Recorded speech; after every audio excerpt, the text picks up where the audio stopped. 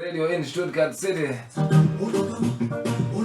Yes, I'm talking about your number one African station for Afro news, Afro beats, and the world hits. Yes, updates are happening around African countries, interviews and experiences of Africans and their friends living in the diaspora, be it in United States of America, be it in Belgium, be it in France, be it anywhere in the world, East Africa combined, Kenya, Uganda, Tanzania.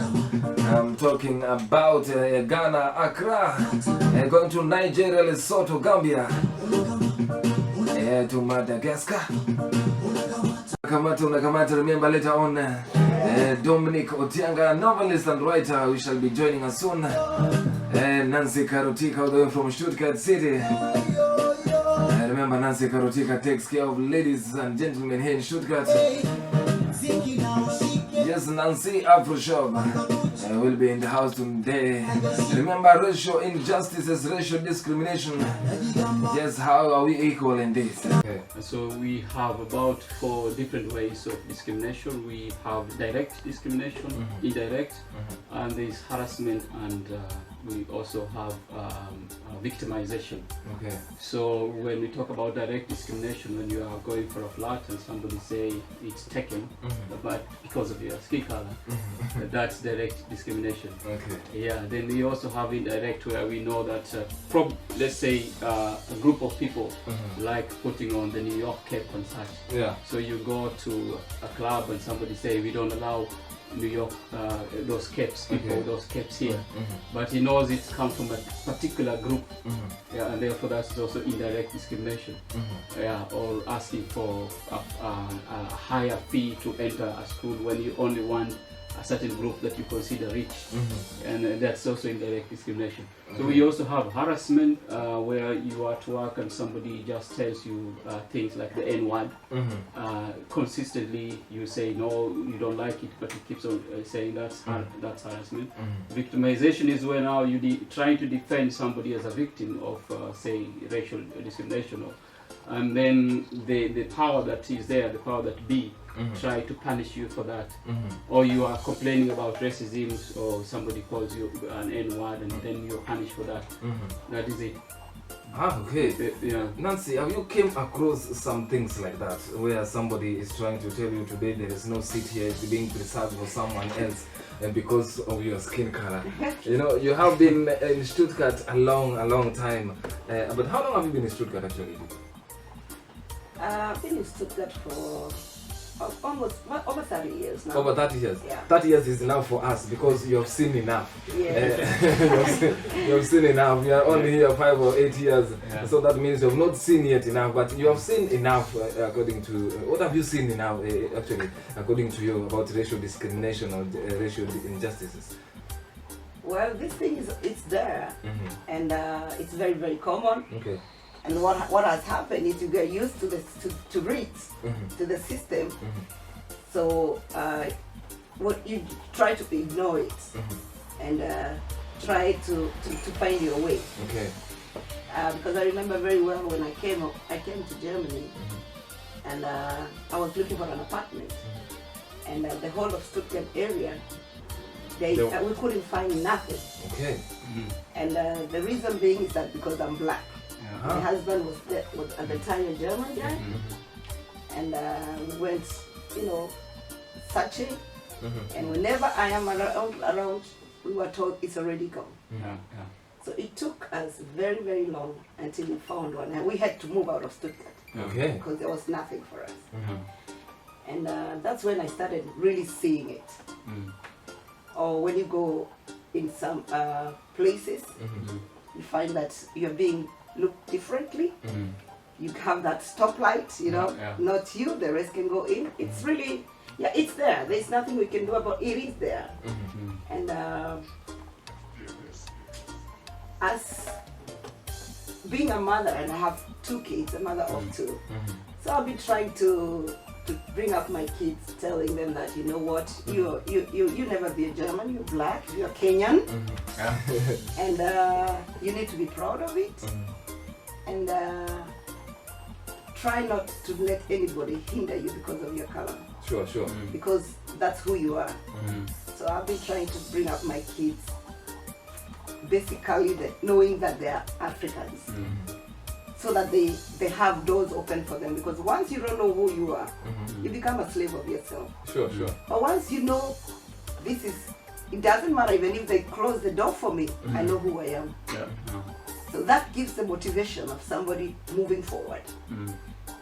Because I don't see this thing changing anytime soon. But we are hoping and praying so much that things really turn around and, you know. Yeah, it's what you talked about, the looking for flats, house. Yeah. Actually, for many people, it's not easy. It's actually not easy to notice that. Yeah. I think, does color actually symbolize racism? Oh yes. You know, of course, race is a creation. People created it and existed for purpose of class. Yeah. So we can also tell that at the time of when the Europeans were coming to Africa, those days, there were, before even they came, there were races and there were black people around Europe, but there was no issues with racism or race. Yeah, there were just people fighting and occupying other people, countries and nations.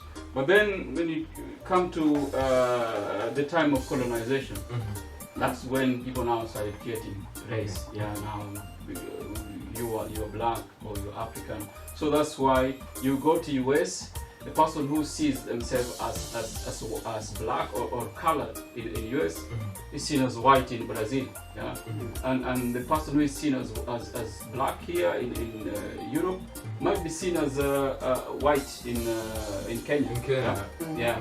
So it's that thing. But then about race, because of this difficulty, then it's also it's difficult to define what it is, what race is, because it doesn't exist. Yeah. So when we talk about discrimination, then we will look at the definition based on law.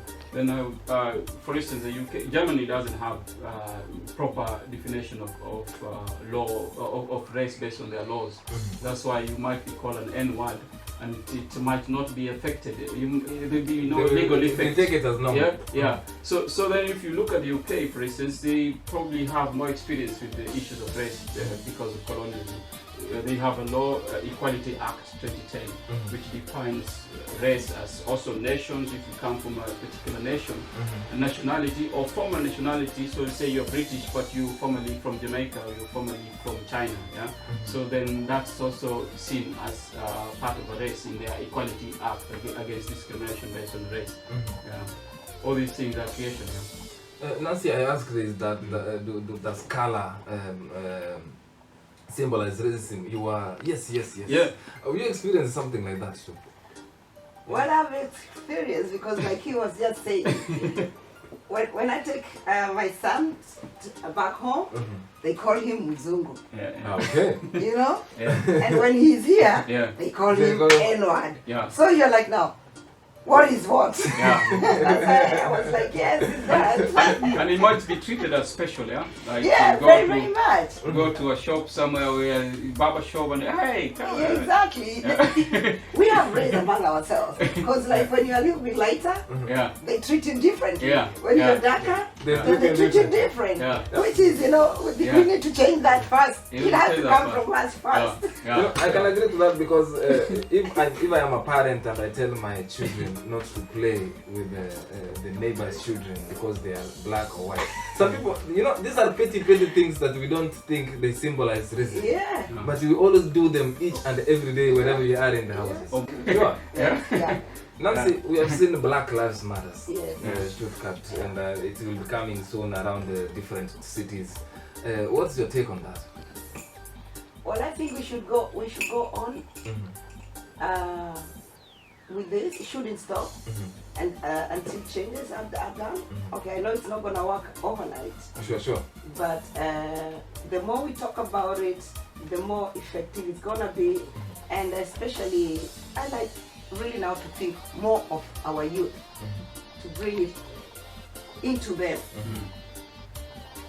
to know who they are. Because once you know who you are, then nobody can shake you. Because the good thing about this country is that they have laws, and they have their laws, and if you feel discriminated, you can actually go and report. Sure. You know, and they will take action. So if we have that already, that is why I'm saying we should continue. And the most important thing is talk the language fluent. Show them, yes, you are who you are and you are here. And they're going to respect you. Sure. And this is what we have to teach our children. Because, like I said, this thing is not going to happen today and tomorrow. It is a long, long process. Sure. And if we keep teaching our children about their rights, then they will teach their children, and probably one day, one time, it might change. Yeah.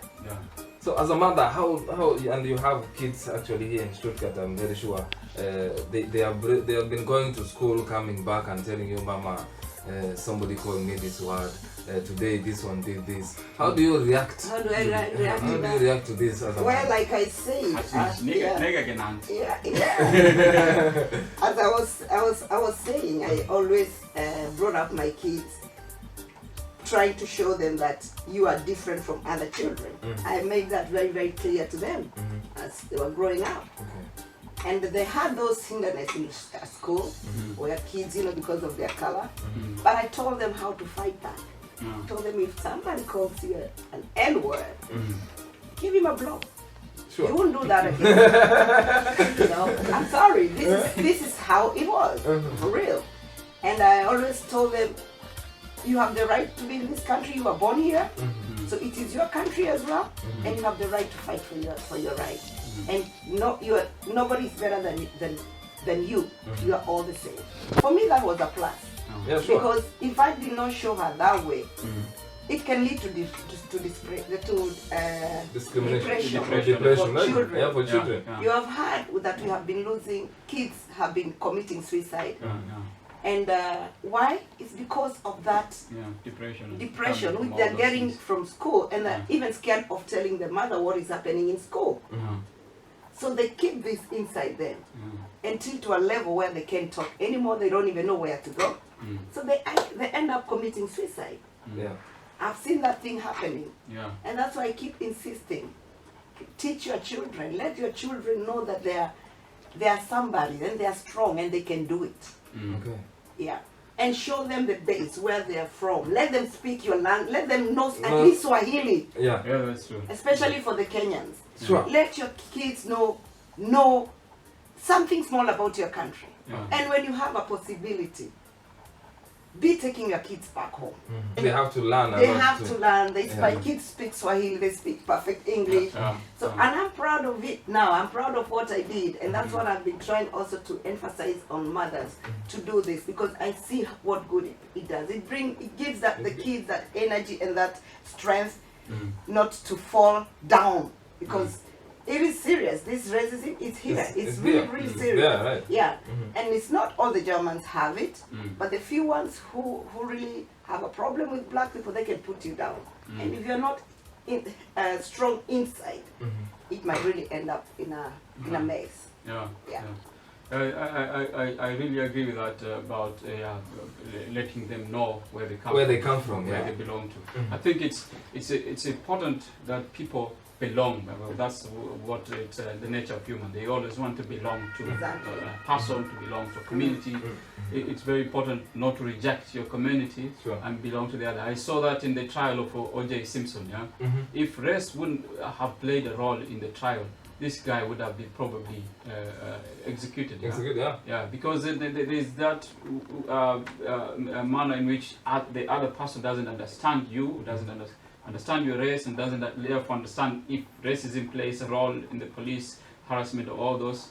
And if you have some also educated black folk up there, then they can also play a role in the laws of a country. So in Germany here, we don't have laws to deal with issues of racism. You know? They talk, if it is about individual, it's only talk about group. So like we have Article 130, Volksverhetzung. This describe, for you to qualify, it has to be something said like hate speech against a group So like it could be a Jewish group or a black group. That's why there was a comedian who was received a citation from the police by making fun of all the people somewhere. I think it was in Europa Park. Yeah, it was a comedian. Here in Germany? Yeah, here in Germany. A German comedian, yeah.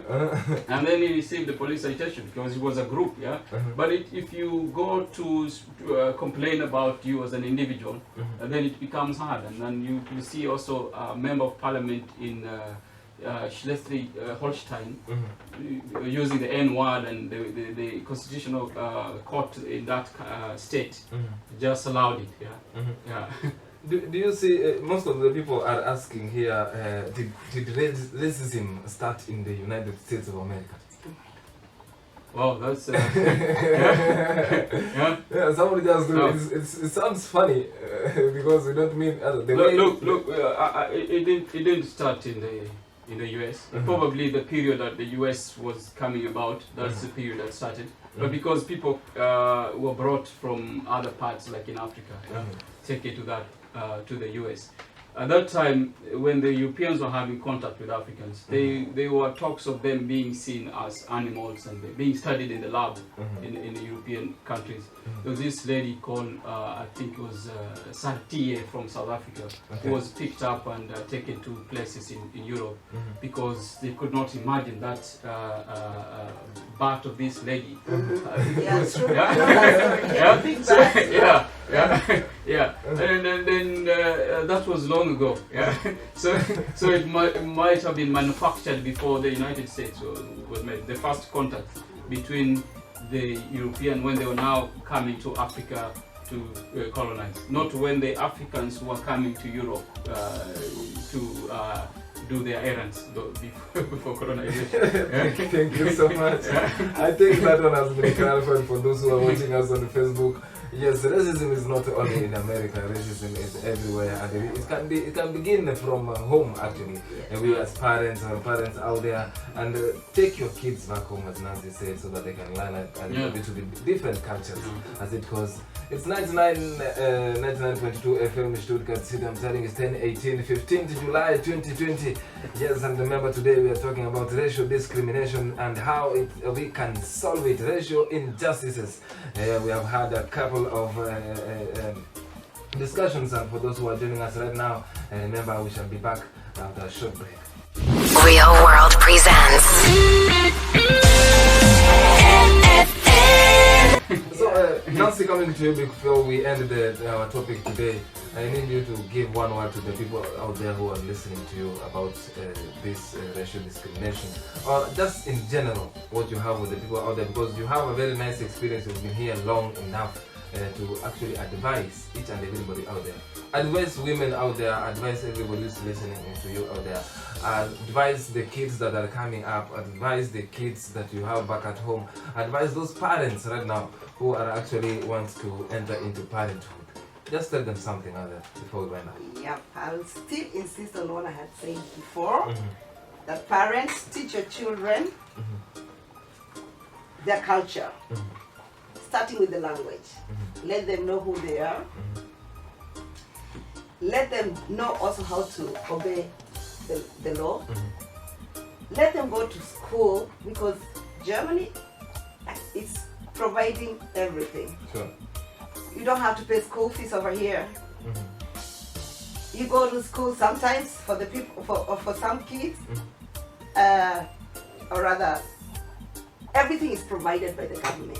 So I don't see any reason of a kid not even going to the university, because the more these kids qualify in school, the more we're gonna see changes in this country. Sure. So let's use that opportunity of our children being here. Let's give them the best education. Sure. Yeah, and let them know who they are. That one is a very, very, very important topic. Sure. Let your kid know that he's not just, because I have a lot of Kenyans around here. They Talk to them. I'm talking to the Kenyans now. Yeah, talk to them. I've met a couple of them. They're only talking with their kids in German. And I'm like, what's wrong? Why are you only, teaching your kid just just one language. Yeah, and they're like, yeah, they told me in school, or rather in kindergarten, that if I talk with my kid another language, it's gonna be a problem with the Sprache, with the language. And as far as I'm concerned, children can learn up to 5 different languages when they are young. Sure. It is possible. It is possible. It is possible. Because what you are putting in that child is confidence. You are putting to that kid a lot of confidence that as he is growing up, he knows who he is. And this gives him a lot of courage, or her a lot of courage, of moving forward and making things differently. Sure. So that's what I can say to all my Kenyans. Acheni ujinga yenu tafadhali, nawapenda sana. Lakini let's try and teach our children about us, how we were also brought up. Yes. We shouldn't forget that. We shouldn't forget that. No, we shouldn't. Kenyans, wherever you are, mnasikiza Kenya, mnaambiwa kama tunataka tuongee lugha yenu ya Kiswahili, tutaongea, lazima mahali popote mlipo. Muendelee kutii sheria, muendelee kutii na tusomeshe watoto jameni. Kuna vitu mingi sana watu wameandalia pale nyumbani, na ukifika hapa umepatana na vitu zingine tofauti, achana nazo. Concentrate on building up. You're not building up only this nation, but you're building up your home as a whole. Dominic. Yep. Just talk to your people out there. Oh, my people. I have looked around and I've seen us as Africans. I think of the soul of black folk that W.E.B. Du Bois wrote about. I look at it as us in the context of the United States of the 60s, in the context of South Africa before 94, but now we're just in a global village. Laws help to change how people live. Sure. So if you feel like the law favors you, don't take it as a privilege. Yeah? It's only because the law is being used and selectively that brings about what you call privilege. So if you are able to, say, travel places, don't look at it as privilege, because I've come to look to see that as in America they had house Negro. Yeah? The house Negro had privileges. He could have privileges that are between the slave and the master, but he wasn't the master. Yeah, he had no right as the master. So if you have a little privilege cut out for you, you should still speak out. We need laws in this world that also would ensure equality.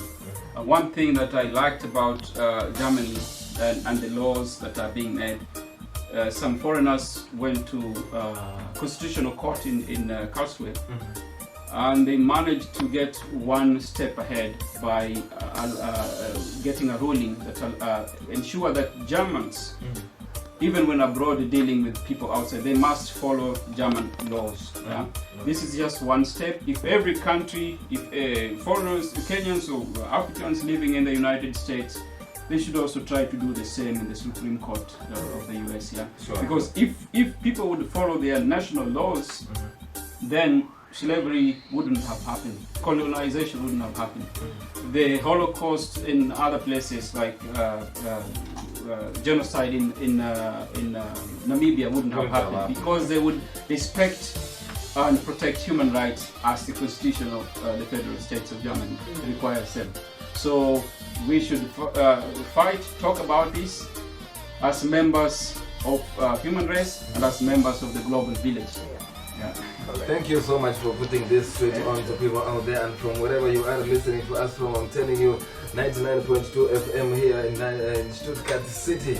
We have put it on. Race and discrimination is a very big topic. We can't go with it over a day, but I'm telling you and I'm promising you we shall be back with a lot of co-guests, with a lot of guests in the house, so that we can put it down, so that it can sink to everybody out there who is listening and to us. From wherever you are. It's 10:42 early in the morning. Remember, it's the 15th of July 2020, and if you are in Stuttgart City, remember, yes, we shall be with you until 11 a.m. early this morning.